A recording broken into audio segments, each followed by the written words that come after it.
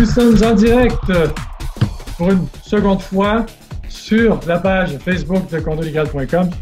C'est François Sellier qui vous parle. Nous nous excusons. Nous avons éprouvé des difficultés de connexion. Les auditeurs nous entendaient très mal. Nous en sommes désolés. Ça échappe à notre contrôle, évidemment. Donc, je vous rappelle que l'émission d'aujourd'hui traite de l'étude du fonds de prévoyance et du carnet d'entretien. Mes trois invités, Patrick Goodwin, président du conseil d'administration du regroupement des gestionnaires et copropriétaires du Québec, région de Montréal et provinciale. Bonjour Patrick. Bonjour François. Maître Yves Jolicoeur, avocat émérite en droit de la propriété. Bonjour Maître Jolicoeur. Bonjour. Ainsi que Régent Puchette, technologue professionnel qui est devenu un as dans la préparation des études du fonds de prévoyance et du carnet d'entretien. Je ne pense pas me tromper. Bonjour Régent. Bonjour François. Alors, donc, avant d'entrer dans le vif du sujet, je vous amène sur le site web de condolégal.com qui vous permet de consulter des fiches pratiques fort intéressantes sur le fonds de prévoyance et le carnet d'entretien. Vous allez dans l'onglet « Travaux » sur la page d'accueil « Fiches pratiques » et vous descendez légèrement pour aboutir sur la fiche pratique du fonds de prévoyance qui contient des sous-fiches, dont une qui parle de l'étude du fonds de prévoyance. Alors, en consultant ces documents, vous allez avoir une excellente idée de ce que ça veut dire, de la signification de tout ça. Vous avez également une fiche pratique qui parle du carnet d'entretien. Et je vous rappelle que vous pouvez nous poser vos questions sur Facebook. Je me ferai un plaisir de les relayer à nos invités afin qu'ils puissent y répondre. Et je vous rappelle également que sur la page d'accueil de condolégal.com, vous pouvez poser vos questions et des juristes chevronnés y répondront dans les plus brefs délais. Donc, la contribution, l'étude du fonds de prévoyance et le carnet d'entretien entreront en vigueur éventuellement par règlement du gouvernement en vertu du projet de loi 16 qui a été adopté en décembre 2019, le projet de loi 16 qui considérablement réformé la loi sur la propriété québécoise. Avant d'entrer dans le vif du sujet, petite information importante. Donc, cette étude du fonds de prévoyance, ce carnet d'entretien entreront éventuellement en vigueur.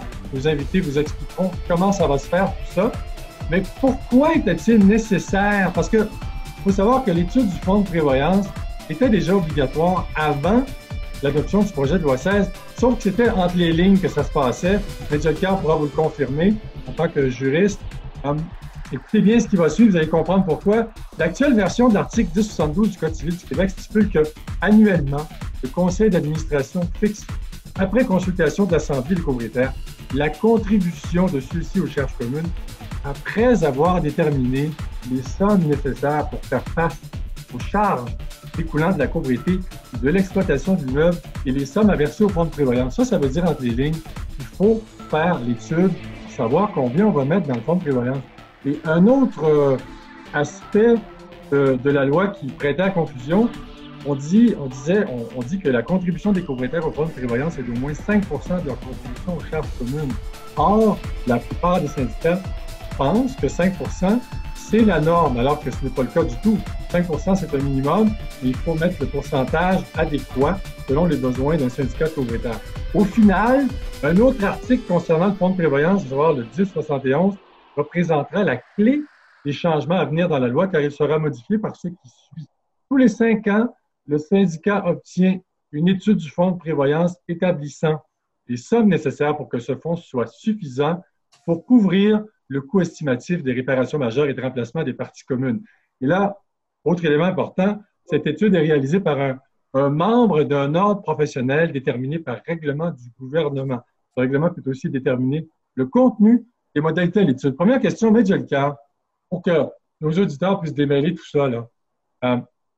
Le projet de loi 16 a été adopté, soit, mais certaines dispositions entreront en vigueur par règlement du gouvernement, dont l'étude du fonds de prévoyance et le carnet d'entretien. Quand peut-on s'attendre à ce que cette disposition entre en vigueur, selon vous? La disposition va rentrer en vigueur lorsque le gouvernement aura défini les paramètres de ce que c'est une étude de fonds de prévoyance, ce que c'est également un carnet d'entretien. Vous comprenez, M. Sellier, que ces questions-là relèvent des professionnels de la science du bâtiment, les architectes, les technologues. Bon, évidemment, nous, les avocats, on connaît tout, mais on connaît rien. C'est-à-dire que lorsqu'on rentre dans le bâtiment, c'est la fine expertise. D'ailleurs, que M. Goodwin et M. Tuchette vont nous partager tout à l'heure en termes de réflexion, en termes de science du bâtiment. Je vais m'éclipser pour cette question-là. Je vais rester sur le volet plus juridique parce que il faut comprendre que l'âme d'une loi, elle est tributaire à son contenu. Et le contenu, ben, c'est le règlement du gouvernement qui va le définir. Et d'ailleurs, fait important à signaler, nous sommes 3 membres du conseil d'administration du RGCQ. Donc, c'est un organisme-là qui s'est investi depuis plus de 20 ans à définir des règles pour assurer la pérennité du bâtiment. Puis l'intérêt de notre conseil d'administration, c'est pas un conseil d'administration meublé d'avocats. On a des gens de tous les horizons. Et pour moi, comme fondateur du RGCQ, c'était important. Et c'était d'ailleurs dans mon rêve d'avoir des gens du milieu du bâtiment qui ont une réflexion, qui ont une vision de la pérennité de ce bâtiment-là.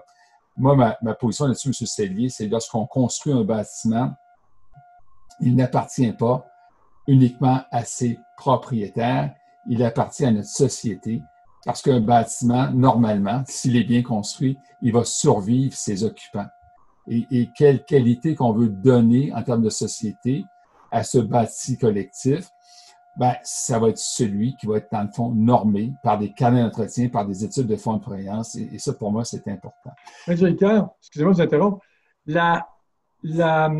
J'aimerais que nos auditeurs comprennent aussi à quel point il est important qu'une copropriété qui démarre, qui est flambant neuve, qui vient d'être construite, on a publié la déclaration de copropriété, les condos sont à peu près, sont vendus à 50% plus 1. Et là, on a un premier conseil d'administration. L'importance pour ce conseil d'administration de tout de suite sauter à bras raccourcis sur l'étude du fonds de prévoyance pour connaître un bon démarrage, sans quoi tout peut déraper.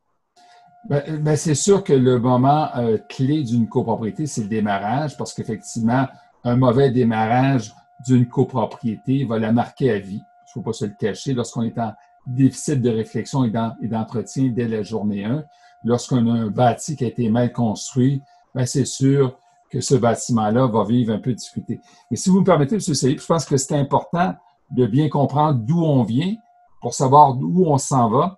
C'est peut-être de revenir sur cette réforme législative avant de parler du projet de loi 16. Je vous rappelle effectivement qu'en 1994, lors de la réforme du Code civil du Québec, on a créé cette notion de personne morale qui est un syndicat de copropriétaires. On a créé cette notion de conseil d'administration. Également, on a donné à cet organe décisionnel la majorité des pouvoirs en matière de copropriété. Parce que c'est pas l'Assemblée générale qui décide, c'était essentiellement des administrateurs à qui on donne beaucoup d'obligations, beaucoup de devoirs. Puis on a notamment un, vous avez bien fait de le signaler, c'est d'évaluer le besoin en termes de montant, de réserve pour les travaux futurs. Puis on sait tous, la majorité des gens qui siègent sur les conseils d'administration, c'est des gens qui ont la main sur le cœur, mais qui n'ont pas forcément le degré de connaissance requis. Donc, en 1994, on met sur les épaules de ces bénévoles l'obligation d'évaluer le coût des travaux futurs. On s'entend-tu que c'est une mission presque impossible? L'idée était réellement noble, c'était très bien, mais on n'avait pas trop réfléchi comment les choses allaient se mettre en place. Et somme toute, elles se sont très mal mises en place. Parce que, je vous rappelle, M. Sellier, qu'on a fait au niveau du RGCQ un grand sondage, notamment avec la PCHQ, la Fédération des chambres immobilières du Québec, on avait même le BAC, et ce sondage avait démontré, sans l'ombre d'un doute, que les fonds de prévoyance étaient généralement insuffisants pour faire face aux réparations majeures pour remplacement des parties communes. Donc, la mesure législative était là, mais la mise en œuvre ne donnait pas le résultat. Et tout ça avec une responsabilité civile très lourde pour les administrateurs qui, techniquement manquaient à leurs obligations de faire de la réflexion. Donc, on mettait un poids beaucoup trop lourd sur ces bénévoles. Et j'ajoute également un état de préoccupation très important chez les assureurs en matière de copropriété. Les assureurs se sont rapidement aperçus que l'immeuble était souvent mal construit, l'immeuble était souvent mal entretenu et également, lorsque c'était le temps de faire des travaux, on n'avait pas les argents requis Et ça avait un impact direct sur la sinistralité en matière de copropriété parce que les conditions gagnantes n'étaient pas au rendez-vous. Et le RGCQ a pris le bâton du pèlerin et je donne beaucoup de crédit à Régent Touchette parce que on va quand même le signaler, M. Touchette est un des grands experts en termes de réflexion sur les fonds de prévoyance. On s'est donc dit au niveau du RGCQ, dans cette demande de réforme législative, on ne peut pas laisser à des administrateurs bénévoles le soin d'élaborer des carnets d'entretien, le soin d'élaborer des études de fonds de prévoyance. Ils sont formidables parce qu'ils se font souvent de façon bénévole, mais ils n'ont pas forcément les compétences.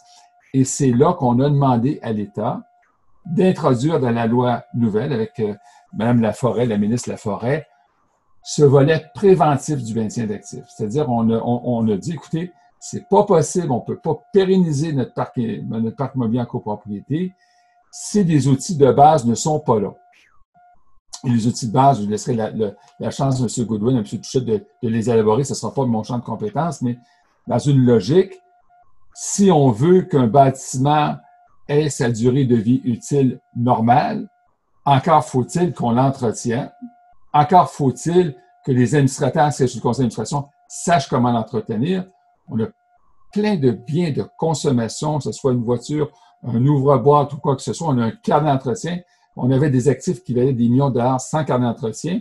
On s'est dit également, on a bien beau avoir la plus belle étude de fonds de prévoyance, mais si on n'est pas capable de pérenniser la composante, ben l'épargne qu'on fait sera peut-être pas au rendez-vous. Donc, cette réflexion-là s'est faite et c'est pour ça qu'on arrive rapidement, M. Sellier, à une mesure législative qui n'est pas en vigueur, qui s'en vient, qui va devoir se définir, mais qui n'a pas encore d'impact financier sur les finances des côtés, contrairement à certaines personnes qui ont dit, vous savez, M. Sellier, le projet de loi 16, ça vient d'augmenter les frais de condo. Oui, c'est ça. C'est pas vrai. C'est justement là où je veux aller avec Patrick Goodwin, dont le micro est fermé. Est-ce que Régent peut aussi ouvrir son micro? Merci, Régent. Voilà. Alors, Patrick, justement, pour donner suite à ce que Yves Jolicoeur vient de dire, d'ailleurs, je rappelle, mesdames, messieurs, que Yves Jolicoeur, avocat émérite en droit de la propriété, et Patrick Goodwin sont tous les deux, travaillent tous les deux pour la même organisation qui est le Regroupement des gestionnaires et copropriétaires du Québec. Yves Jolicoeur, qui est un des cofondateurs du RGCQ et qui est le secrétaire général du RGCQ, et Patrick Goodwin, je le rappelle, président du conseil d'administration région de Montréal et provincial. Pourquoi je dis ça? Parce que ces deux personnes et d'autres aussi dans le conseil d'administration, notamment à Montréal, il y a aussi l'Outaouais et Québec, ont participé à cette croisade, si je puis m'exprimer ainsi, qui a duré 11 ans avant qu'on aboutisse au projet de loi 16 et à l'adoption des dispositions, de plusieurs dispositions que ce projet de loi contient. Patrick Goodwin, qui est un des artisans dans tout ça. Patrick, la question que je vous pose, c'est de faire comprendre aux syndicats de copropriétaires que l'étude du fonds de prévoyance et le carnet d'entretien ne sont pas des charges additionnelles supplémentaires, mais sont là pour finalement protéger les arrières des syndicats de copropriétaires pour pérenniser le patrimoine bâti. Et comme on disait, vous le disiez récemment, puis je le disais dans un article, on veut pérenniser et prévoir un quart de siècle en avant. Patrick Goodwin, comment expliquer à la population que cette disposition n'est pas une charge financière additionnelle, mais un bienfait que les syndicats de copropriétaires vont apprécier avec l'usage? Merci beaucoup, M. Sellier. D'abord, je reprendrai effectivement ce que M. Jolicoeur a mentionné précédemment. C'était donc des notions, des idées et une réalité qui faisait partie de la loi avant la loi 16. Ce que la loi 16 fait, effectivement, et le règlement qui va venir, c'est structurer donc ces deux documents absolument importants et donc permettre aux copropriétaires vraiment de comprendre ce qu'il en est, d'arriver avec un document, des connaissances qui sont normées et qui permettent donc d'être comparées, d'être comprises. Et effectivement, donc, le concept, l'idée était vraiment déjà dans la loi. Elle s'est donc clarifiée et amène les copropriétés vraiment à travailler sur la pérennité de leur bâtiment. Et c'est quelque chose d'absolument essentiel. Oui. Donc, ce n'est pas, une copropriété n'est pas comme une maison unifamiliale où le ou la propriétaire s'occupe de garder vraiment faire l'entretien de sa demande. C'est quelque chose, donc une copropriété qu'on partage avec, donc qui est géré par le syndicat, mais effectivement qui appartient donc à tous les copropriétaires et, comme le disait M. Jolicoeur, également dû à la vraiment la pérennité du bâtiment, donc qui appartient à la société également dans le futur. Ouais. Donc, ce n'est pas une charge supplémentaire, c'est au départ de ces deux mesures, il y a effectivement des investissements qui, si un syndicat n'a pas investi correctement dans le passé, vont demander des fonds additionnels. Mais tout ce que donc les premières années vont faire, c'est effectivement remettre à niveau un fonds de prévoyance qui aurait dû être déjà là. Effectivement. Régent Touchette, la première question que je voulais vous poser, c'est comment on fait ça? Une étude du fonds de prévoyance, un carnet d'entretien, mais il y a une question, nos auditeurs posent des questions, dont une qui est très pertinente, et je me la posais moi-même. C'est la suivante. Notre immeuble a 23 ans et au fil des réparations, nous découvrons des défauts de construction. Comment fait-on, lors d'une étude du fonds de prévoyance, pour identifier les défauts de construction non apparents et pour chiffrer le coût de réparation? Exemple, on ne voit pas ce qu'il y a dans les murs lorsqu'on fait l'étude du fonds de prévoyance. On ne voit pas comment on peut prévoir l'imprévisible et arriver au bon chiffre. Mais l'étude du fonds de prévoyance ne vise pas à identifier des défauts de construction. Dans le fond, l'étude du fonds de prévoyance vise à déterminer l'espérance de vie normale des différents composants de l'inventaire des parties communes de la copropriété. Cependant, l'étude doit être faite par un expert qui, lui, connaît le bâtiment, puis à partir d'indices, à partir du comportement, surtout dans un bâtiment de 23 ans, à partir du comportement des différents composants, l'expert peut évaluer si il est possible qu'il y ait des défauts qui ne sont pas observables à l'œil nu, puis qui demandent une investigation supplémentaire. Puis ces investigations-là peuvent comporter à faire des percées, des ouvertures dans certains éléments du bâtiment. C'est un peu la raison pour laquelle le législateur demande que ce soit un professionnel, un membre d'un ordre professionnel, parce que le professionnel, surtout s'il a beaucoup d'expérience, s'il est un peu vieux, s'il a des cheveux gris ou pas de cheveux, moi j'ai choisi la deuxième option. S'il a beaucoup d'expérience, il peut déterminer qu'il y a un comportement qui est anormal à quelque part, puis qu'il y a des choses qui sont à corriger. Maintenant, après 23 ans pour la question, c'est sûr qu'il n'y a plus de recours légal, à moins que M. Jolicoeur me dise que c'est possible. Là. C'est très rare qu'on puisse avoir des recours. C'est possible. C'est possible, mais généralement, il faut vivre avec. Hein? Oui, c'est possible. Parce que, disons qu'il y a peut-être des recours légaux, mais ça doit coûter pas mal cher d'avocats. Mais non. Non, les avocats, ça coûte jamais cher.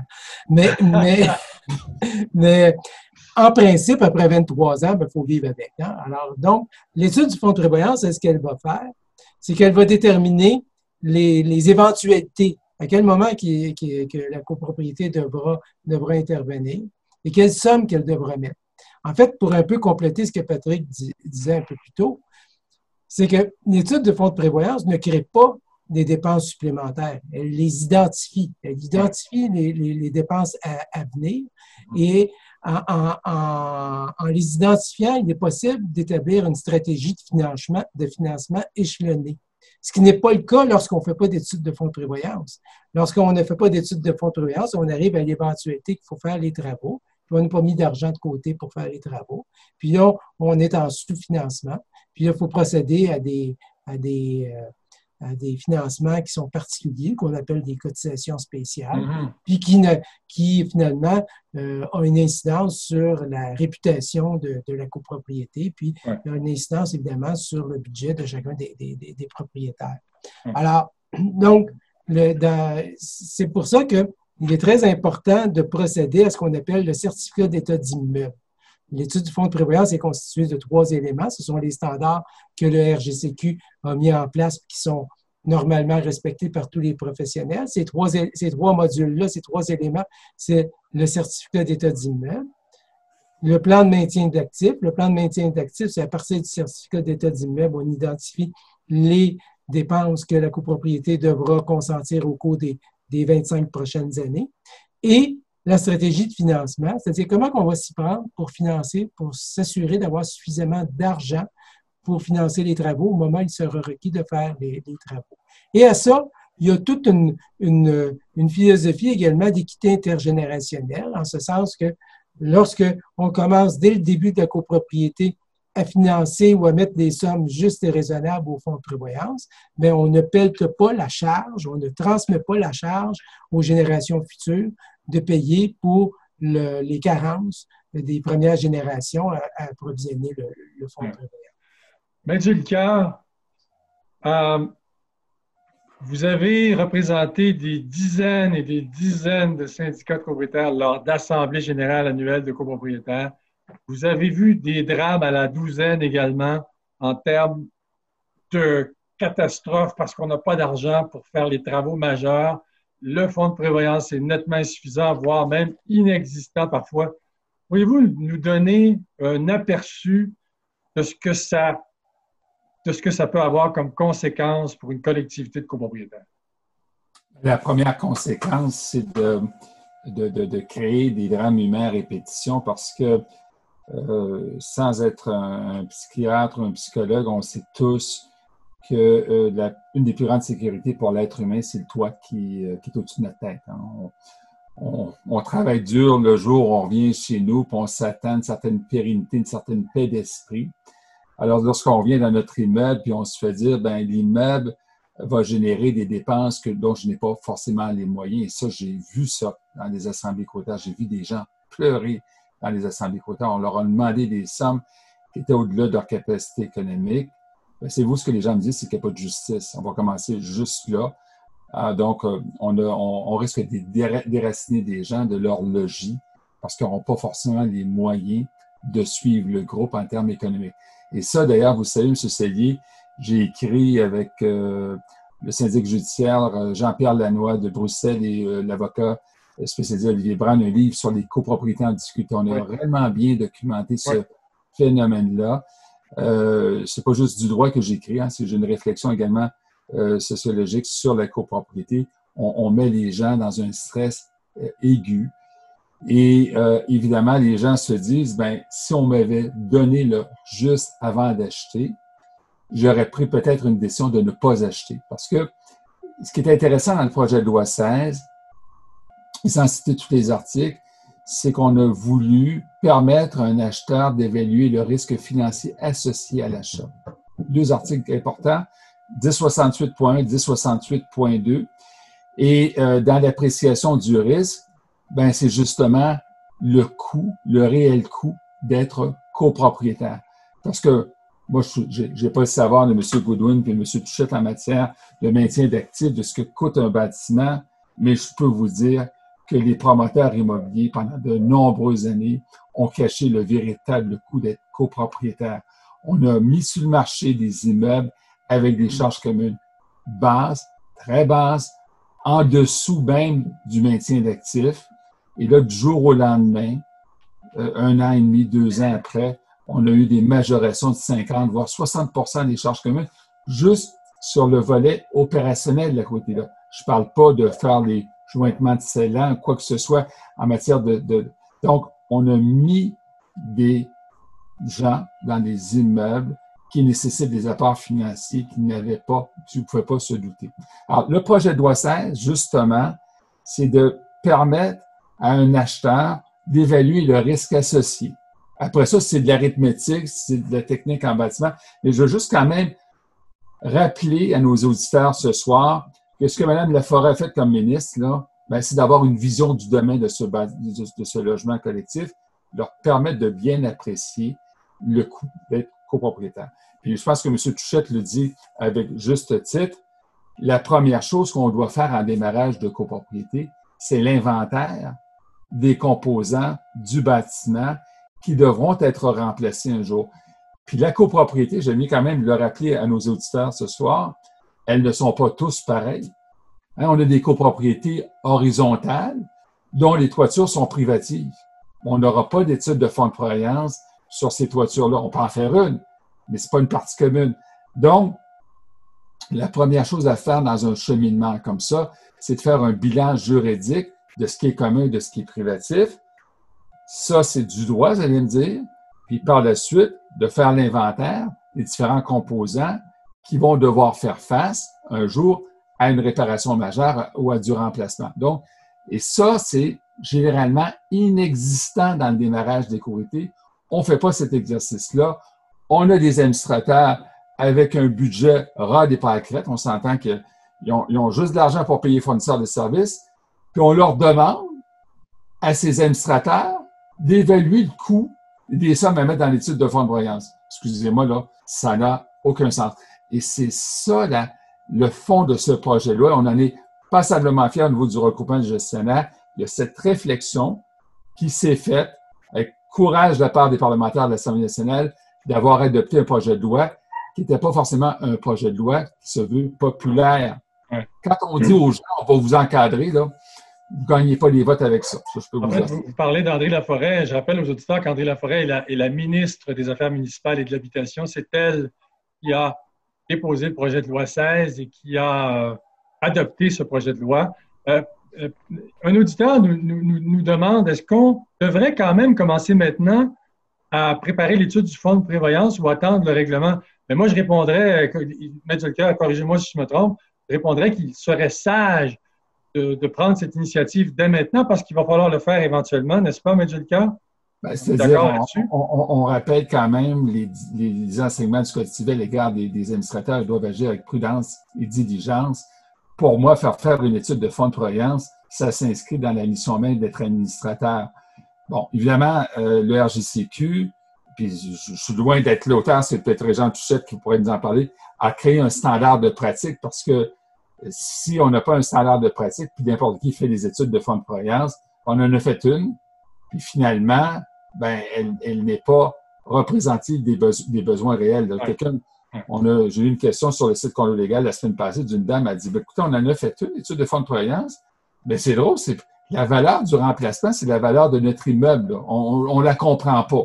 Bon, ben, écoutez, je ne veux pas discuter du fondement, je vais rester avocat, mais c'est important que, oui, les administrateurs fassent faire des études de fonds de prévoyance, de ne pas attendre la loi, mais de se fier aux critères qui ont été mis en place par le RGCQ après une longue réflexion sur le standard de pratique, qui sera peut-être, sera peut-être ce qui sera retenu par le gouvernement dans le règlement.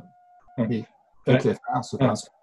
Patrick Goodwin, vous êtes un ex-architecte également. Vous avez surveillé, vous avez effectué la surveillance de plusieurs travaux majeurs en copropriété, par exemple des remplacements de toits, de toitures, de toits terrasses.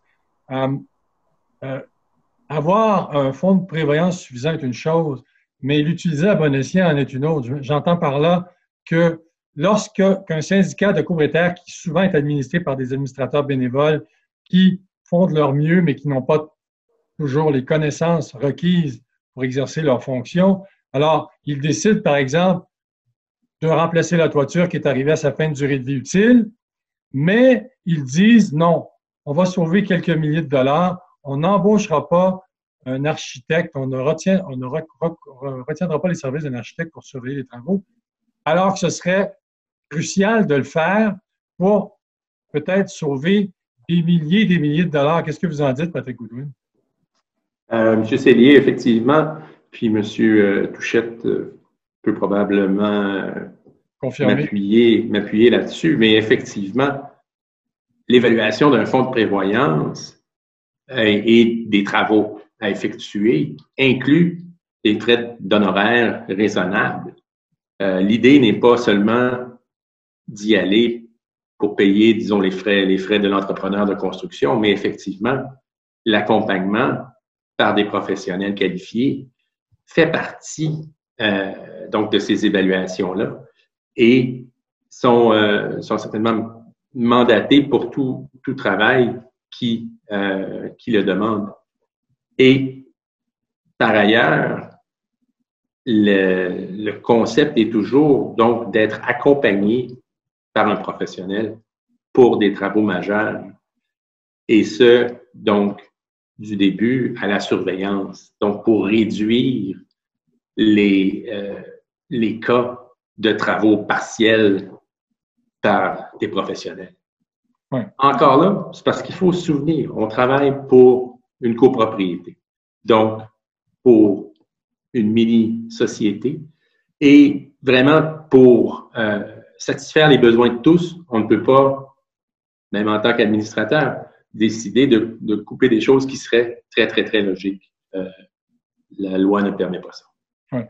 Parce qu'en fait, le professionnel qui surveille les travaux est une garantie également pour les administrateurs qui doivent se protéger leurs arrières parce que ils ont une grande responsabilité. Donc, le fait d'aller jusqu'au bout des travaux et que ces travaux soient bien faits, là, si les travaux sont mal faits et que le couvreur, par exemple, doit revenir et qu'il ne revient pas parce que là, bon, il vient de fermer boutique ou autre, là, on peut être dans le pétrin, pas à peu près. N'est-ce pas? Oui, effectivement. C'est le genre de choses, c'est vraiment des coupures que plusieurs syndicats, souvent dans des plus petites copropriétés, on s'entend, mais des syndicats, des administrateurs qui décident donc d'y aller encore là avec des coupures budgétaires pour, bon, sauver quelques dollars dans les frais mensuels de tous les copropriétaires. Et ce n'est peut-être pas la première année qu'on verra la différence que cet apport professionnel aurait pu amener, mais plus on avance dans la pérennité de l'édifice, plus ça pourrait effectivement se démontrer. Effectivement. Régent Touchette, il y a bien des gens qui disent « Ah, moi, l'étude du fonds de prévoyance, c'est pas pour nous. Nous sommes une petite copropriété de 6 unités. On n'a pas d'argent pour ça. » Je pense que c'est un mythe de penser que l'étude du fonds de prévoyance ne s'adresse qu'aux grands ensembles détenus en copropriété divise. Et c'est d'autant plus un mythe que ça va être obligatoire pour tout le monde. Mais je pense, Régent, vous qui en faites des dizaines d'études de fonds de prévoyance et qui en a d'entretien chaque année, je pense qu'il y a un tarif adapté à la taille d'un syndicat. Pourriez-vous nous en parler un petit peu? En fait, ce n'est pas parce qu'on est une petite copropriété qu'on ne peut pas avoir des grands problèmes. Lorsqu'on est 4, 6, 8 ou 10 ou 12 à se partager une dépense, parfois ça peut être aussi coûteux pour chaque propriétaire que lorsqu'on est dans un plus grand ensemble immobilier de 80, 90 ou 100 propriétaires. Donc, les petites copropriétés ont également besoin d'une étude de fonds de prévoyance. Peut-être que le niveau d'étude, c'est-à-dire que peut-être que les efforts qui sont à faire pour pouvoir déterminer les sommes inversées au fonds de prévoyance peut-être sont pas les mêmes. Alors, c'est pour ça que nous, notre société, on a un produit adapté pour les petites copropriétés. On a le produit pour les grandes copropriétés. On a un produit également adapté pour les petites copropriétés. C'est un produit qui est très populaire, on en fait, oui, plusieurs centaines par année, des petites copropriétés. On n'est pas les seuls. Je pense qu'il y a d'autres professionnels également qui font des produits pour les petites copropriétés. Mais qu'on soit une petite ou une grande copropriété, il est important de bien comprendre les besoins, de déterminer les besoins à venir. Et comme le disait Patrick, le professionnel qui prépare l'étude doit prendre en considération un paquet d'éléments, dont les honoraires professionnels, effectivement, pour pouvoir préparer les plans, les devis, la surveillance des travaux. Mais aussi, lorsqu'on prépare nos estimations, il faut prendre en considération que tous les travaux vont se dérouler dans un actif immobilier habité, où il y a des gens qui vivent à l'intérieur. Faire une intervention dans un bâtiment habité, ce n'est pas les mêmes efforts, ce n'est pas les mêmes coûts que d'intervenir dans un bâtiment qui est en construction avec délimité, puis avec il n'y a pas de personnes qui habitent à l'intérieur. Alors, les coûts pour refaire les choses sont beaucoup plus élevés que les coûts initiaux. Alors souvent, lorsqu'on nous arrive, puis lorsqu'on sort nos études, on dit, supposons, on prévoit que la copropriété devra mettre 150 000 $ pour restaurer son ascenseur lorsqu'elle va avoir 20 ans. Souvent, on me répond, l'ascenseur n'a même pas coûté 150 000 $. Oui, d'accord, quand c'est neuf, quand on livre sur le chantier, on installe sur le chantier. Mais lorsqu'on vient pour travailler, lorsqu'il y a des gens qui habitent, qu'il faut assurer que l'ascenseur fonctionne sur certaines heures, qu'il faut s'assurer de ne pas salir l'environnement, tous ces éléments-là.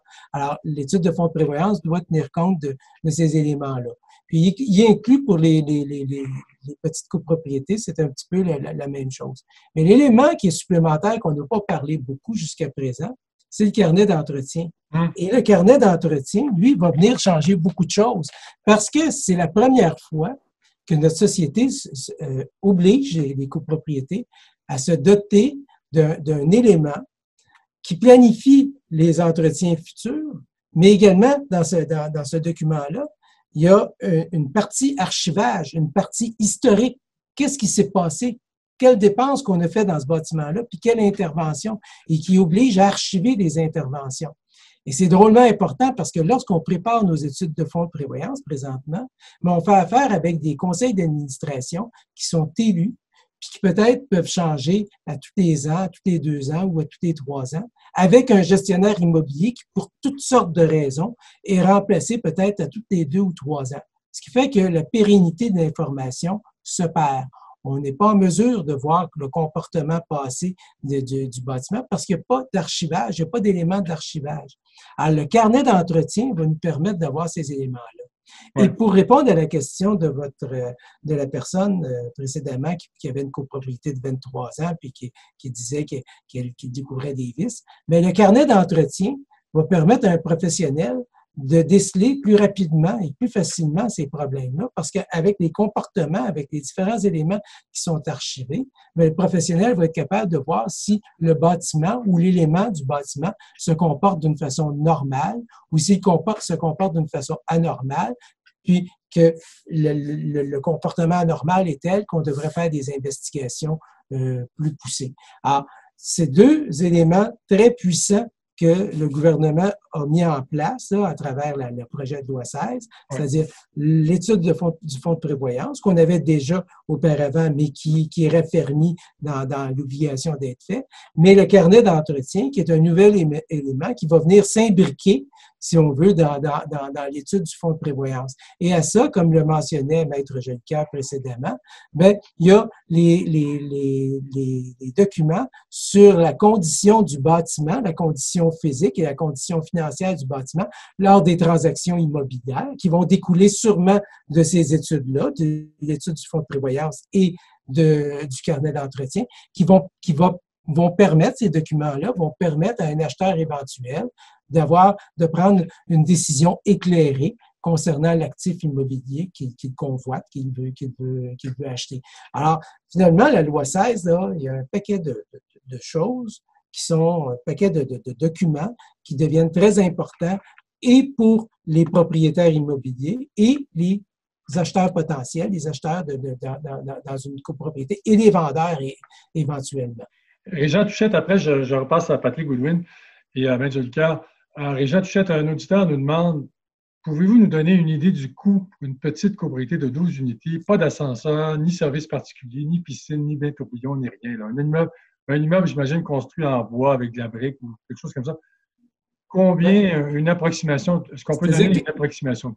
L'étude initiale, c'est peut-être quelque chose entre 2 000 et 3 000.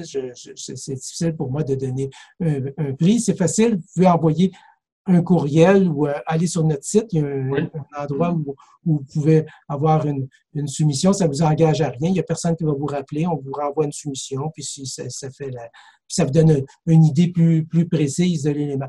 Mais l'étude initiale, évidemment, elle est plus dispendieuse que les révisions qui vont avoir lieu à tous les 5 ans, parce qu'à tous les 5 ans, on n'a pas besoin, évidemment, de refaire toute la structure de l'étude. Ce qu'on fait, et c'est ça qui est important dans la loi 16, c'est de permettre aux professionnels d'avoir un regard quinquennal, un regard à tous les 5 ans sur l'évolution de l'actif immobilier. Est-ce que l'actif immobilier évolue comme on l'avait vu il y a 5 ans? Est-ce qu'on doit reviser, réajuster certains éléments? Et il y a plusieurs éléments qui militent, qui font en sorte que c'est important, cette révision-là, tous les 5 ans, parce que le bâtiment évolue. Il peut évoluer d'une façon différente, mais aussi l'expérience du professionnel évolue avec le temps et les technologies évoluent, si bien que quelque chose qui n'était pas possible il y a 5 ou 10 ans, bien maintenant, il y a des technologies qui ont été développées qui nous permettent de réparer ou de restaurer ces éléments-là d'une façon plus économique. Donc, pour répondre à la question, l'étude initiale, évidemment, elle est plus dispendieuse, mais les révisions par la suite, évidemment, vont être moins dispendieuses. Là, Jean Touchette, une autre question. Après, je reviens à mes deux autres invités, excusez-moi. C'est que on demande quels ordres professionnels sont autorisés à produire les études et le carnet d'entretien. Actuellement, qui peut les faire? Mais ce n'est pas encore le règlement, évidemment. On ne peut pas savoir qu'est-ce qui va sortir du dans le règlement, mais c'est des membres d'un ordre professionnel. Puis on peut penser que les sages-femmes ne feront pas partie des ordres professionnels retenus. Donc, on peut penser que ce sont des ordres professionnels dans le domaine du bâtiment. Donc, les architectes, ingénieurs, technologues professionnels. Les technologues professionnels, nécessairement, parce qu'ils sont dans le domaine et du bâtiment et de la technologie. Et probablement qu'il va y avoir peut-être d'autres professionnels. On peut penser aux évaluateurs, on peut penser à d'autres professionnels. Enfin, je vais laisser le gouvernement faire son travail, mais c'est à peu près incontournable que les architectes, les ingénieurs et les technologues soient considérés comme des professionnels qui peuvent faire ce genre d'études. Oui, très bien. Patrick Goodwin, vous m'avez dit quelque chose en pré-entrevue qui a piqué ma curiosité. Vous disiez que le carnet d'entretien pourrait commencer à être alimenté en contenu au moment même de la conception d'un bâtiment. Pouvez-vous préciser davantage votre pensée là-dessus? C'est effectivement quelque chose qu'on regarde, puis quelque chose qu'on va cibler et qui semble très, très, très logique. Donc, à partir des plans et devis d'un nouvel édifice, un devis étant donc la description par écrit de chacune des composantes, ça serait, et on trouve que c'est vraiment très, très logique comme moment pour débuter le carnet d'entretien. Donc, au niveau des professionnels d'origine, peut-être que ça sera plus une base qui pourra être modifiée parce que certains produits, donc effectivement, durant la construction, se retrouvent modifiés. Mais effectivement, un ajout qu'on pourrait voir comme étant relativement simple, qui vient vraiment donner plus d'informations à l'acheteur éventuel. Et effectivement, vraiment part sur une bonne lignée, tous les efforts, et c'est effectivement avec les professionnels d'origine. Donc, c'est pas quelqu'un qui arrive plus tard, puis qui dit « Ah, qu'est-ce qui a été fait ici? » puis qui essaie de déchiffrer vraiment ce qui a été construit. Fait que c'est quelque chose, effectivement, sur lequel on travaille. Ça va prendre le support des ordres professionnels, ça va prendre toutes sortes de choses. Mais c'est effectivement quelque chose que l'on sait. Intéressant. Je reviens à Yves Jolicoeur, mais juste avant, Régent, c'est important, je pense, de mentionner, un auditeur nous dit que ce sont souvent les firmes de gestion d'immeubles qui font les carnets d'entretien à court et moyen terme. Je pense qu'il faudrait préciser que ces firmes de gestion font affaire avec les professionnels du bâtiment. Oui. Ce ne sont pas les gestionnaires eux-mêmes qui font ça.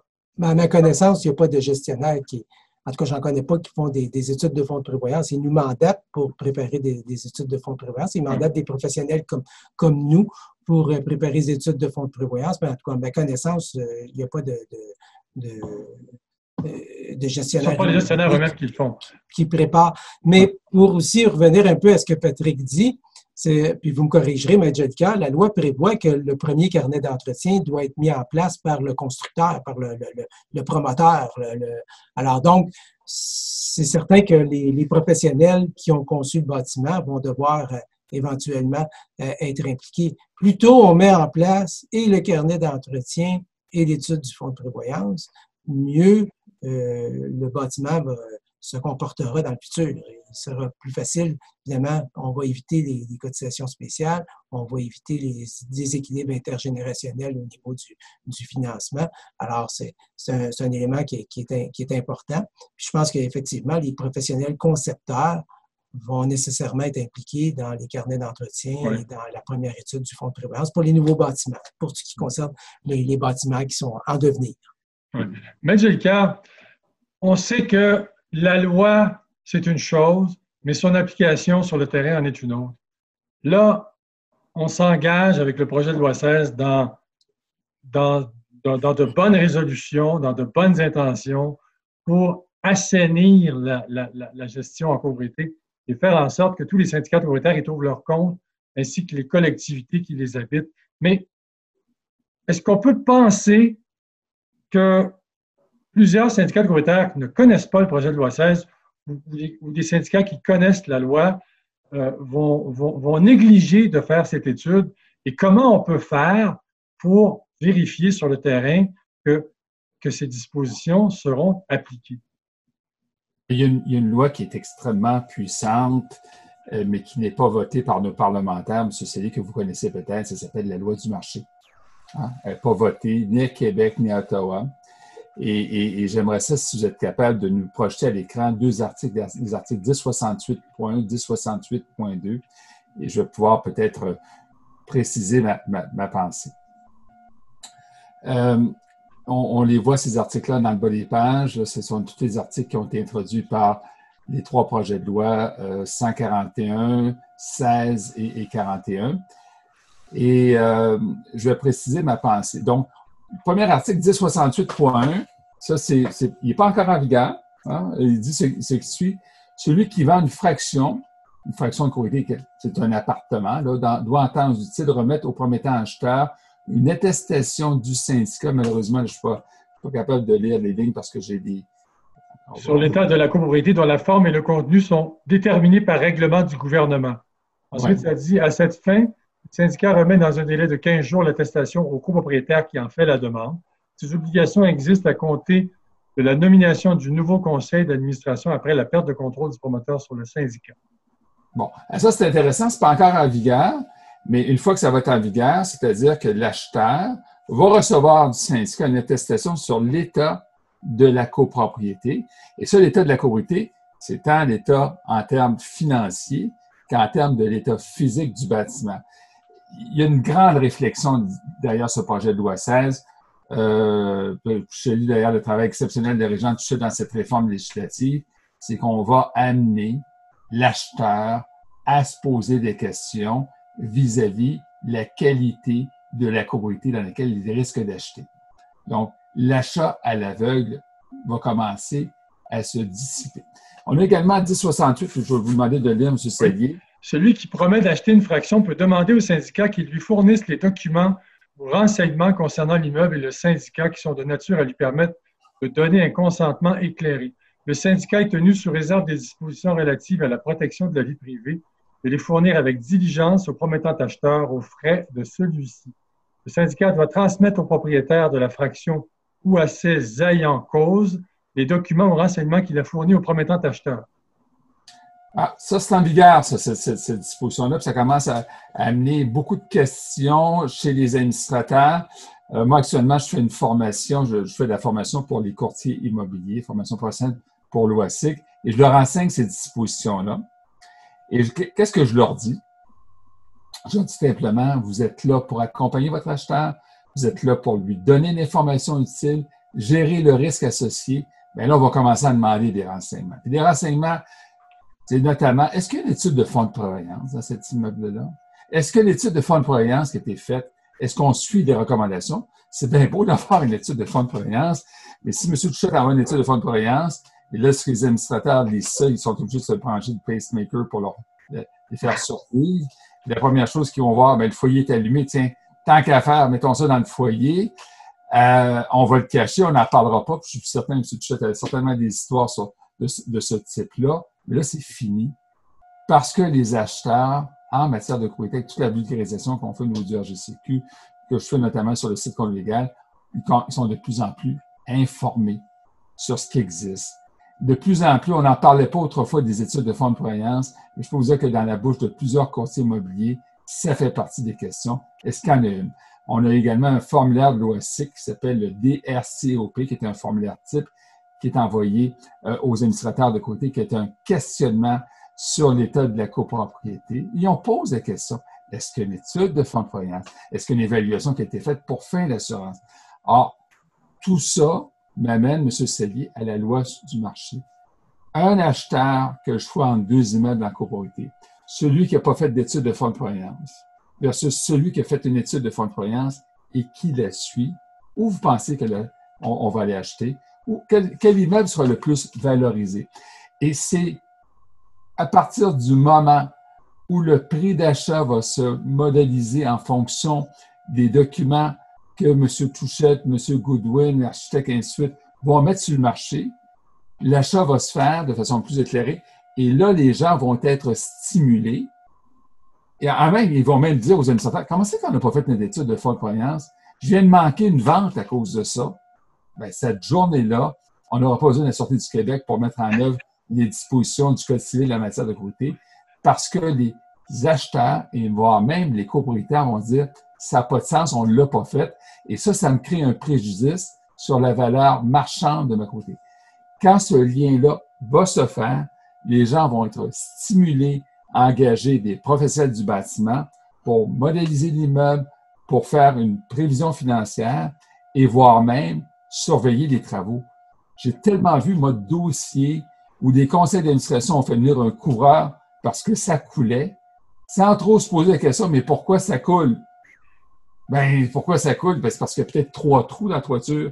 On en a trouvé un, on va l'essayer, peut-être ça va arrêter de couler. Écoutez, moi, j'ai jamais vu une toiture se réparer par miracle, mais ça, c'est pas une job d'avocat, tout ça, là. C'est une job de professionnel. Il faut amener les administrateurs, même dans le maintien d'actifs, dans les travaux de réhabilitation, à engager des professionnels pour contrôler la qualité de ce qui se fait. Ça, Régent, on parle de carnet d'entretien, on parle de planification des travaux.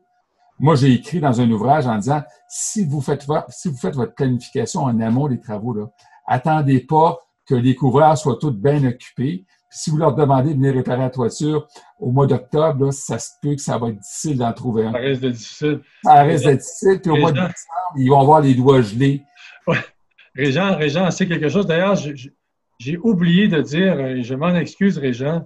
Régent Touchette est un membre du CA du RGCQ Montréal de longue date, d'au moins 15 ans. Il est un des grands artisans de cette réforme législative. Il a piloté un comité sur l'étude du fonds de prévoyance standardisé au RGCQ en 2014, si je me souviens bien, Régent, et ça a finalement accouché d'une étude du fonds de prévoyance standardisé que le RGCQ offre aux professionnels qui veulent s'en prévaloir et l'offrir à leur clientèle. Je ne me trompe pas, Régent, quand je dis ça, hein? Non, effectivement. C'est exact là-dedans, là. Hein? Oui. Ma mémoire n'a pas fait défaut. Non. On a travaillé ensemble, Régent et moi, à plusieurs reprises. Pour le magazine Condo Liaison, j'ai écrit plusieurs articles sur les choses qu'il a faites. Régent, une question justement qu'on nous pose là-dessus. On nous dit, je m'inquiète de trouver les personnes compétentes à prix raisonnable en qui nous pouvons avoir confiance. Comment s'y retrouver? Les syndicats, quand vous allez les voir, vous leur dites, regardez là, votre étude va vous coûter 4 000, 5 000, mais il faut la faire. Est-ce qu'ils reculent ou est-ce qu'ils vont de l'avant? Non, en fait, ils vont de l'avant. En fait, on ne va jamais les voir. C'est eux qui viennent nous voir parce que, je veux dire, il y a beaucoup de syndicats qui veulent faire des études de fonds de prévoyance. Puis, de toute façon, on ne fait jamais de sollicitation. On laisse les syndicats libres. Mais ce qui est important, c'est de vérifier l'indépendance du professionnel qui va préparer l'étude du fonds de prévoyance. C'est-à-dire que j'ai toujours un peu de difficulté, puis là, je ne veux pas faire de jugement, mais j'ai toujours un peu de difficulté à avoir des professionnels qui peuvent être en même temps préparer l'étude du fonds de prévoyance et en même temps être un professionnel qui va accompagner par la suite, qui va préparer les plans et devis et la surveillance des travaux. Moi, je pense que c'est deux éléments différents. C'est-à-dire que le professionnel qui prépare l'étude du fonds de prévoyance devrait être un individu autonome, neutre, indépendant, qui a aucun intérêt dans le futur. Si la toiture est en bonne condition, il est heureux. Puis s'il est en mauvaise condition, il est malheureux, mais c'est pas lui qui va, après ça, faire des plans et devis ou tirer des bénéfices de cette situation-là. On ne peut pas recommander en même temps à une copropriété de mettre plusieurs millions de côté, puis de lui dire, ben, en passant, on peut tout vous arranger ça nous autres mêmes. Il faut qu'il y ait une séparation entre dans les fonctions du professionnel. Mais c'est sûr que avec le temps, je pense que les études de fonds de prévoyance, pour la préoccupation de la personne concernant le coût des études du fonds de prévoyance, jusqu'à présent, ça ne présente pas beaucoup de problèmes, mais je pense qu'ils vont être appelés à baisser avec le temps. Oui. En ce sens que les professionnels vont développer des techniques pour être plus performants au niveau des études du fonds de prévoyance, pour produire des rapports d'une façon plus performante. Donc, dans le passé, il n'y avait peut-être pas suffisamment d'études pour qu'il y ait une masse critique de professionnels qui développent des standards. Mais maintenant, avec l'obligation claire d'effectuer des études de fonds de prévoyance, je pense qu'il va se développer un marché. Moi-même, j'enseigne à l'UQAM. Je donne des formations à d'autres professionnels pour former d'autres professionnels, justement, pour faire des études de fonds de prévoyance. Puis je pense que le marché va se mettre en place oui, je rappelle que le SGUQAM, le RGCQ donne des formations à le SGUQAM sur, d'ailleurs, Yves Jolicoeur, vous en donnez vous aussi, Régent Touchette, sur notamment la gestion, l'immobilier, le droit de la copropriété. Bon, dans la vidéo en reprise de cette émission, j'ajouterai au montage justement les spécifications, les cours, les détails sur ces cours. Je pense que c'est intéressant. Plusieurs syndicats de copropriétaires, plusieurs administrateurs auraient peut-être intérêt à les suivre, ces cours-là, parce que ça donne beaucoup ça enrichit, si on veut, le niveau de connaissance. Ça permet de mieux administrer une copropriété. Patrick, on entend dire parfois que les petites copropriétés qui ont peu de moyens ou qui ont moins de moyens, qui sont moins bien nantis financièrement, d'abord, est-ce que c'est vrai? Est-ce que c'est toujours proportionnel au nombre? Mais est-ce que c'est vrai de dire que les petites copropriétés sont encore moins en mesure de s'offrir un professionnel du bâtiment pour surveiller les travaux majeurs? Bien, effectivement, comme Régent nous l'indiquait, on regarde vraiment spécifiquement pour les études de fonds de prévoyance, il s'établisse une certaine efficacité c'est déjà efficace, mais effectivement, avec des normes, avec vraiment une façon de faire, cette étude qui n'est pas très dispendieuse. Il faut quand même se le dire, pour l'avenir d'un bâtiment, pour maintenir quelque chose qui est le plus gros investissement de tous les copropriétaires, ce n'est pas très cher.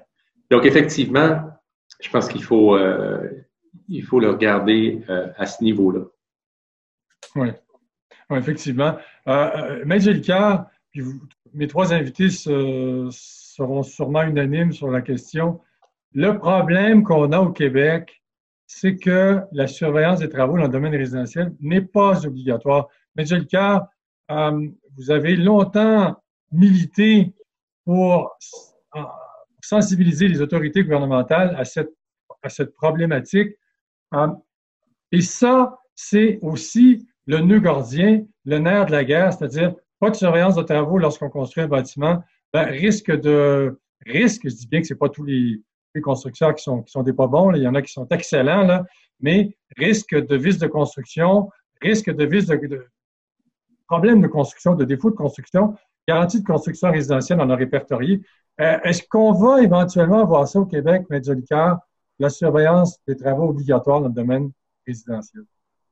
Ouais, c'est-à-dire qu'on l'a déjà eu il y a de nombreuses décennies quand la SCHL s'intéressait à la question, on parle des années 80. J'avais déjà fait remarquer à l'attaché d'un ministre à Québec que pour moi, c'était inconcevable que lorsqu'on construit un bâtiment pour autrui, et lorsqu'on parle d'un promoteur, on construit le bâtiment pour autrui, on ne le construit pas pour soi-même, ça prenait quelqu'un d'indépendant à l'égard de la qualité du bâti. Et on m'avait répondu à l'époque que j'étais un peu cinglé de demander ça parce que les gens n'avaient pas les moyens d'additionner au coût de construction cette surveillance de chantier. Bon, écoutez, aujourd'hui, là, on est dans un marché des assurances où il ne reste que 6 assureurs qui veulent bien assurer la copropriété, puis on risque d'en perdre de plus en plus. On risque d'avoir un marché de l'immobilier en copropriété peu assurable parce qu'on n'avait pas les moyens de faire la surveillance. Alors, pour moi, c'est inconcevable qu'on laisse des promoteurs sans contrôle.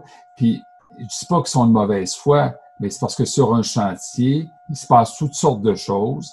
Des fois, il peut commencer à pleuvoir, puis on n'aura pas protégé des isolants thermiques. Il y a toutes sortes de choses qui font en sorte. Donc, il n'y a pas un mode indépendant.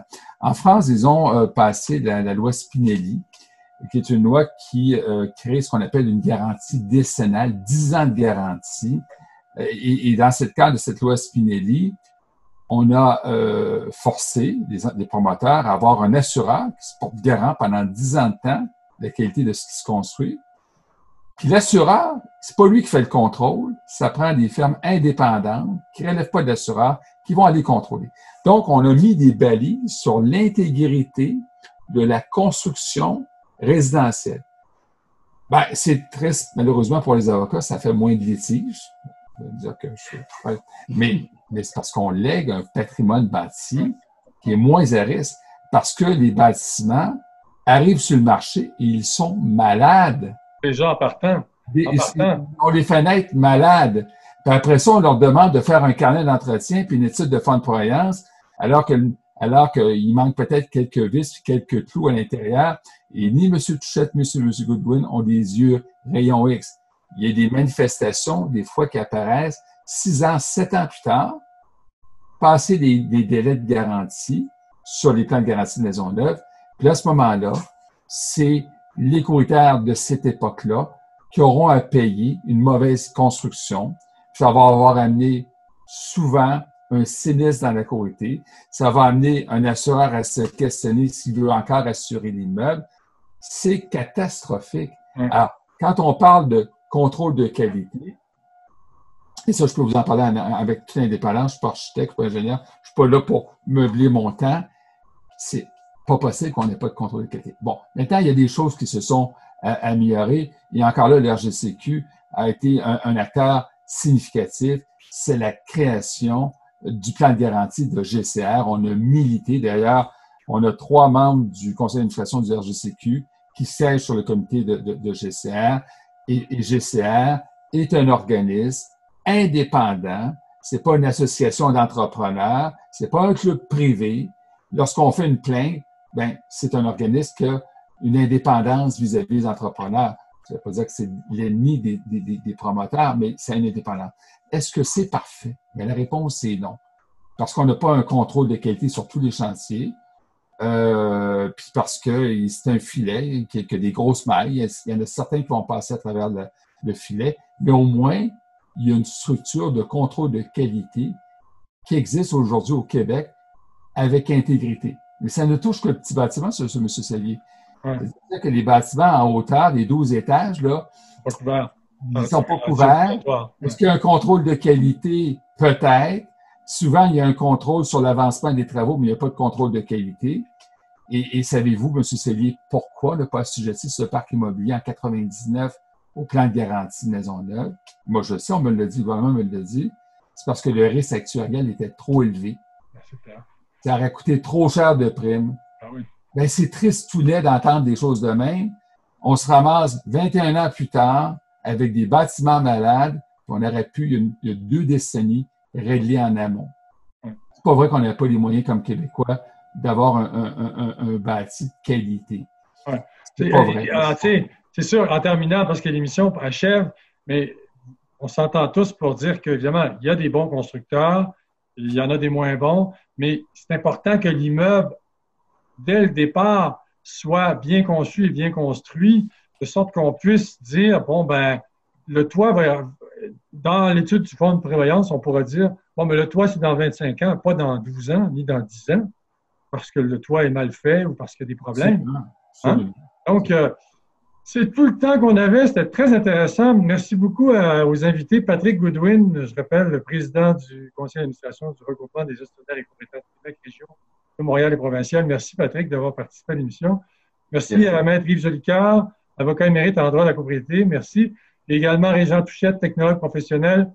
Dans l'émission en reprise, j'ajouterai des éléments visuels qui permettront d'étayer certains propos tenus par nos invités. Merci infiniment. On se donne rendez-vous la semaine prochaine. C'est mercredi prochain à 19h30 pour une autre web radio présentée par conduitlegal.com. Merci, à bientôt.